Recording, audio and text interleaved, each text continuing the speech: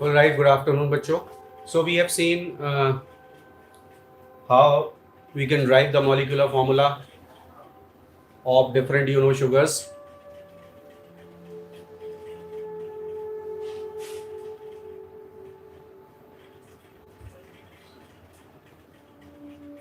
And we have also seen the different types of disaccharides, sucrose, maltose,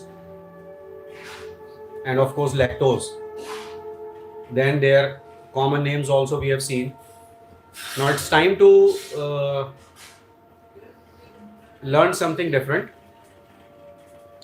Different, commercialized companies and different pharmaceuticals, different scientists, they have given a certain value to each sugar, जिसको वो नाम देते हैं base value, but it is actually the sweetening potential. It has got no unit, उसको numbers दिए गए. तो वो उनका अपना तरीका है कि कैसे उन्होंने उसको ड्राइव किया है, हमें उतनी डिटेल में नहीं जाना है. बट हम ये जान लें कि जो बेस वैल्यू है, that base value is the sweetening potential of the sugars.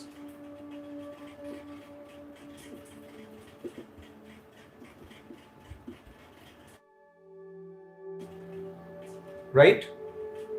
इसमें 1 2 3 1 पर आती है फ्रक्टोज, जिसकी बेस वैल्यू है 173. It is sweetest of all the sugars. सबसे मीठी है फ्रक्टोज. इसीलिए हम ये कहते हैं, जब जो वेंडर्स होते हैं which sell the fruits, they say that मेरे फल चीनी से मीठे हैं. तो चीनी से मीठे का मतलब शुगर, जो टेबल शुगर है, सुक्रोज है, उससे ज़्यादा मीठे हैं, because fruit sugar is sweeter then sucrose. Sucrose की जो बेस वैल्यू है दैट इज 100. और इसके बाद नंबर आता है glucose,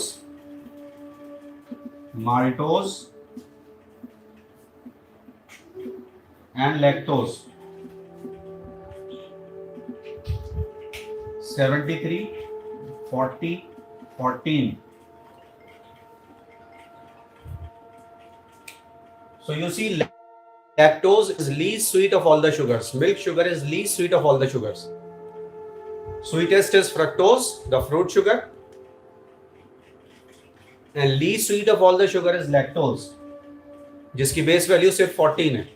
But still it has some sweetening potential, right? Maltose उससे ज़्यादा मीठी है. ग्लूकोज और सुक्रोज में ज़्यादा डिफरेंस नहीं है. As you can see, there is a difference of only 27 points. These are the points basically. अभी सेकेंड नंबर पर हमने कुछ छोड़ा हुआ है, that we should learn. पहले आप ये नोट करिए, फिर सेकेंड नंबर पे क्या आएगा वो मैं बताऊंगा. आप ईस्ट का नाम सबने सुना है? ईस्ट नहीं बोलेंगे, ईस्ट, क्योंकि east west north south direction हो जाएंगे. So will call it as yeast, YEAST, yeast. Yeast secrete 2 enzymes, zymase and invertase. ठीक है, जाइमेज और इन्वर्टेज, ये 2 एंजाइम हमको मिलते हैं ईस्ट से. अच्छा, अब एक चीज और समझ ली है. साइंटिस्ट ने लैब में टेस्ट करके हमको ये बताया कि जो सुक्रोज होती है वो डेक्स्ट्रो रोटेटरी होती है.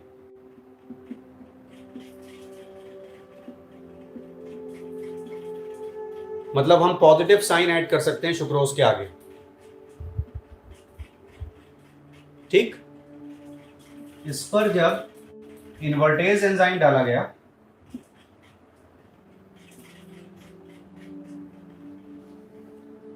सुक्रोज पर, तो एक मिक्सचर मिला.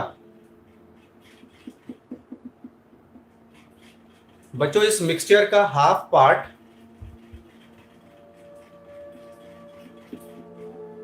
it was dextrorotatory, right? And the other half part, it was levorotatory. क्योंकि हमको मालूम है कि sucrose is made up of glucose and fructose, and as you know glucose is dextrorotatory and fructose is levorotatory. ये सब scientist ने test करके lab में हमको बता रखा है.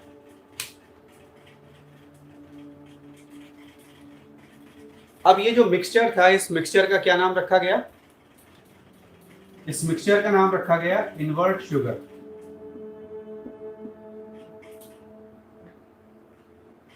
This mixture was named as invert sugar, and invert sugar is sweeter than sucrose.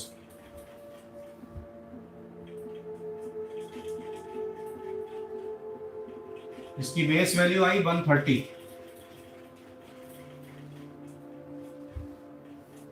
अगर आप ये 2 फिंगर के बीच में चॉकलेट रख लें और 2 फिंगर के बीच में चीनी रख लें, दोनों को ऐसे ऐसे करें, तो थोड़ी देर के बाद कौन सा हाथ ज्यादा चिपचिपा होगा? Which one will be more sticky? Tell me, the one with the chocolate और the one with the sugar? Which one will be more sticky? कौन सा ज्यादा चिपचिपा होगा?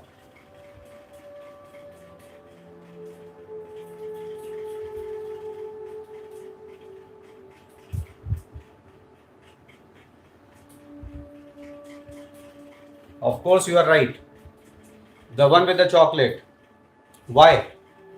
It means chocolate is sweeter than sugar, sucrose.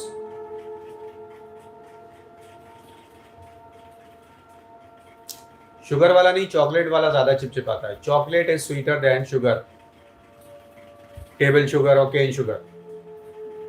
Yes, all of you are right almost, except 1 or 2 students who are saying sugar one. So it will be the chocolate one, which will be more sticky, because chocolate तो कड़वी होती है, it is bitter. Chocolate बनती है cocoa से, cocoa plant से, cocoa के seed को क्रश करके पाउडर से, फिर उसमें मिलाते हैं इन्वर्ट शुगर. इन्वर्ट शुगर से बनाया जाता है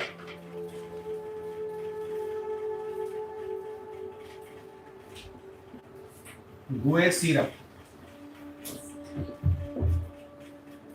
So invert sugar is used to make gué syrup, and gué syrup is used to coat the chocolates. Chocolate powder की कोटिंग इसी में मिलाते हैं गुए सिरप को, जिससे चॉकलेट ज्यादा मीठी हो जाती है शुगर से. और इस फिनोमिना का नाम रखा गया बच्चों इन्वर्जन. क्यों नाम रखा गया इन्वर्जन?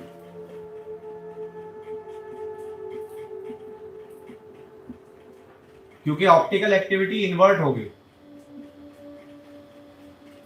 जो डेक्स्ट्रोरोटेटरी था उसमें से लीवोरोटेटरी पार्ट भी निकला, इसलिए नाम रख दिया गया inversion. Class 11 student, attention please. This coming Sunday will be the subjective test of chapter 2, right? If you have any doubt regarding that chapter, it will be a subjective test. Test paper will be posted in your group a minute before the time. Suppose हमने रखा time Sunday को 5 to 6 या 6 to 7 या 7 to 8, तो उससे 1 minute पहले post होगा paper. आपको सिर्फ आंसर्स लिखने हैं. 1 घंटे का टाइम होगा, आप आंसर लिख करके with in an hour, suppose 8 बजे टाइम खत्म हो रहा है तो 8 बजे आपका पेपर मुझे मिल जाना चाहिए. 1-2 मिनट की कोई बात नहीं है, लेकिन 5 मिनट लेट मत होइएगा, उसके बाद में paper will not be accepted. ठीक है? If you want we can have a discussion class on Saturday of chapter 2. Whatever problems you have, you can post them on the WhatsApp till Friday. Saturday को मैं सारी problems discuss कर दूंगा आपकी class में यहीं, और संडे को टेस्ट हो जाएगा. और आप लोगों ने क्वेश्चन आंसर्स की बुक्स ले रखी हैं कि नहीं, टुगेदर विद, और एनसीईआरटी एग्जाम्पलर 11th की? बीएमसीसी ऑफिस में फ़ोन करके पता करिए, वहाँ पर अगर अवेलेबल है तो आपको फ्री ऑफ कॉस्ट मिल जाएगी 11th क्लास में. क्लास 11 एनसीईआरटी एग्जाम्पलर और एनसीईआरटी सॉल्यूशन एक ही बुक में है, वो पढ़िए और टुगेदर विद ले लीजिए, या कोई भी क्वेश्चन आंसर की बुक ले लीजिए, जिसके लिए मैं बहुत दिनों से कह रहा हूँ, चाहे एग्जाम आइडिया हो, सेल्फ ट्यूटर हो, फुल मार्क्स हो, कोई भी ले लीजिए, इसमें क्वेश्चन आंसर हो। तो you must know how to write the answer. Question पढ़िए, उसका आंसर लिखिए और फिर अपने आंसर को सॉल्यूशन से मैच करिए जो उसमें दिए हुए हैं कि how much difference is there, कि आप कितनी आपके अंदर कमी है, लैकिंग पता चल जाती है उससे। ठीक है, तो कमिंग संडे का time we can keep any time 7 to 8, 8 to 9 और 9 to 10, बट इसको आप पोस्टपोन कराने के लिए मैसेज मत करिएगा, बस मुझे टाइम कंफर्म करिएगा ग्रुप में, class 11 students.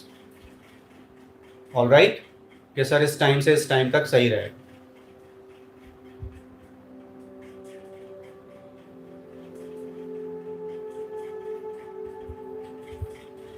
So before moving on to polysaccharides, I want to show you something different. Carbohydrates में क्या हुआ बच्चों,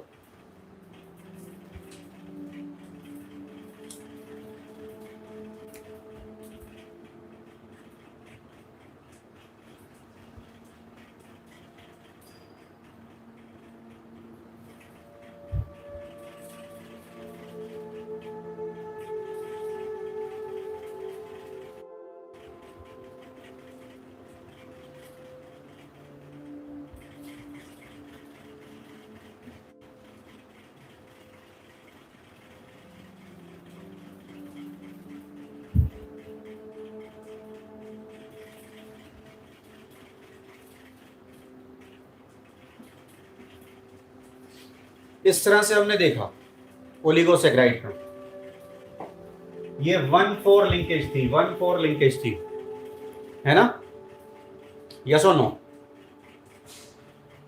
1,4 लिंकेज जब होती है तो ये चेन बनती चली जाती है, इससे अगर पॉलीसैकेराइड बनेंगे तो वो कहलाएंगे लीनियर पॉलीसैकेराइड्स।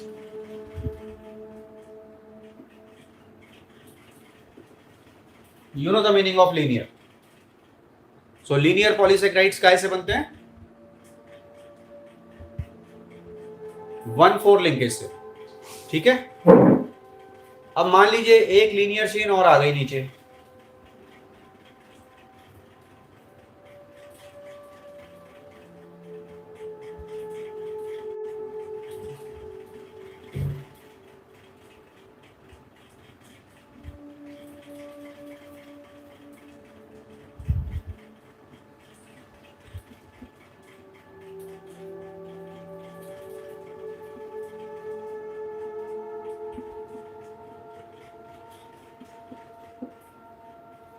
ये भी एक लीनियर चेन आ गई, ये चल रही है, एक लीनियर चेन ऊपर चल रही है, या ऐसे ऐसे चल रही हैं, या ऐसे ऐसे चल रही हैं, या ऐसे ऐसे चल रही हैं, आगे पीछे या ऊपर नीचे। तो इसके फर्स्ट और इसके 6 के बीच में भी लिंकेज बनती है।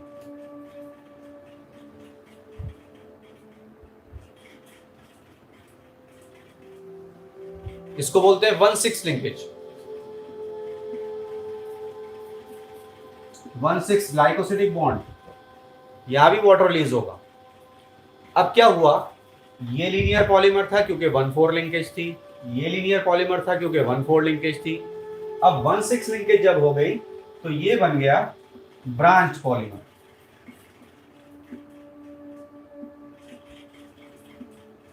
और पॉलीसैकेराइड,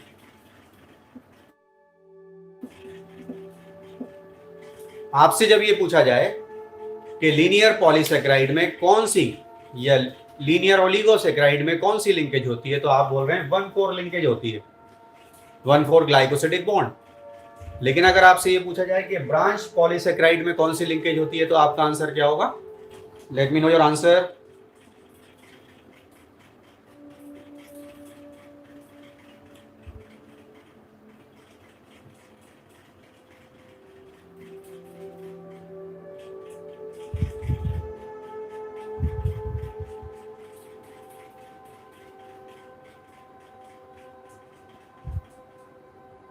यही नहीं बोलना है, आप बोलिए 1,4 and 1,6 linkage both. Linear polymer में खाली 1,4 लिंकेज, ब्रांच पॉलीमर में 1,4 and 1,6 linkages both.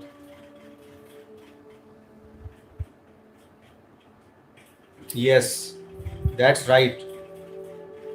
Don't say 1,4, say 1,4 and 1,6 linkages both.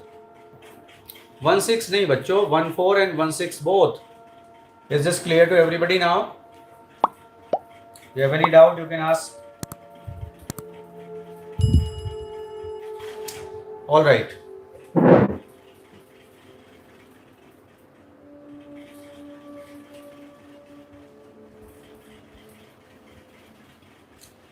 So as we know, polysaccharides have 10 or more monosaccharide units.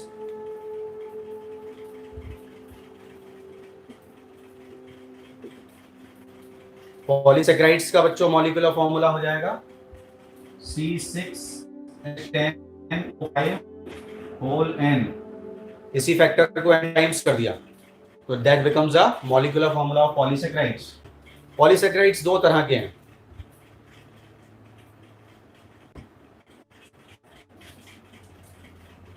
होमोपॉलीसेक्राइड्स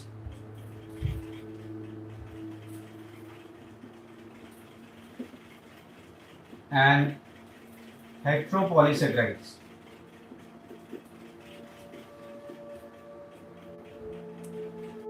Do you know the difference? Homo and hetero. एक ही monomer बार बार जुड़ेगा तो बनेंगे होमोपॉलीसेक्राइड्स. ठीक है. For example, homopolysaccharides of glucose 1, 2, 3 ये तीनों हमें पढ़ने हैं. Cellulose, starch and glycogen